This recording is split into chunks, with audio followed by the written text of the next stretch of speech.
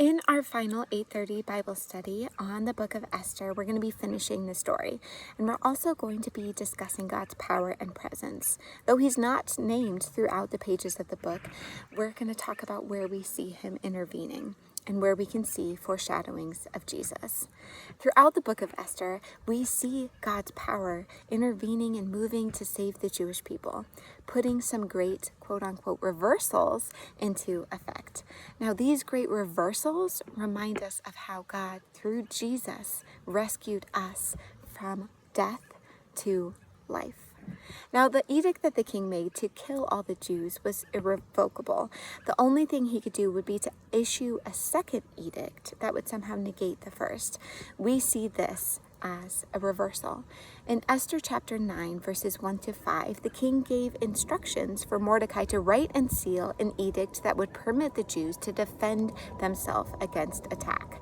In this, the Jews' condition turned from a death sentence to a life status.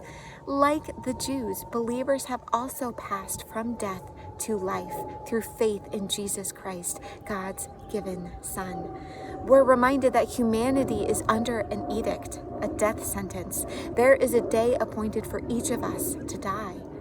This was first implemented because Adam and Eve sinned and rebelled against God, and so we inherit a sin nature. By nature, we sin. But God intervened because of his grace and love towards us, because of his mercy, because of Jesus dying on the cross. God initiated a second edict that can nullify the first, that as many believe in him can have their sins forgiven and be saved to eternity with him. Our death sentence can be converted into a life status through him.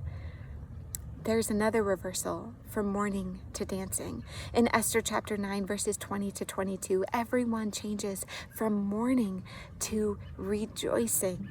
In a similar way, God turns our life from mourning to rejoicing because of his grace and his forgiveness, because of the joy that is found in him. The book of Esther is a great reminder that even in those unseen times, God is at work in your life. Though you may not be able to see him or feel him, know that his quote-unquote silence is not his absence.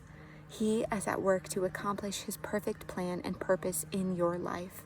Even when you can't see, feel, or appreciate it, know that he is good. He can reverse things that seem utterly hopeless to you and that you feel helpless about. He does this out of his mercy, grace, and love.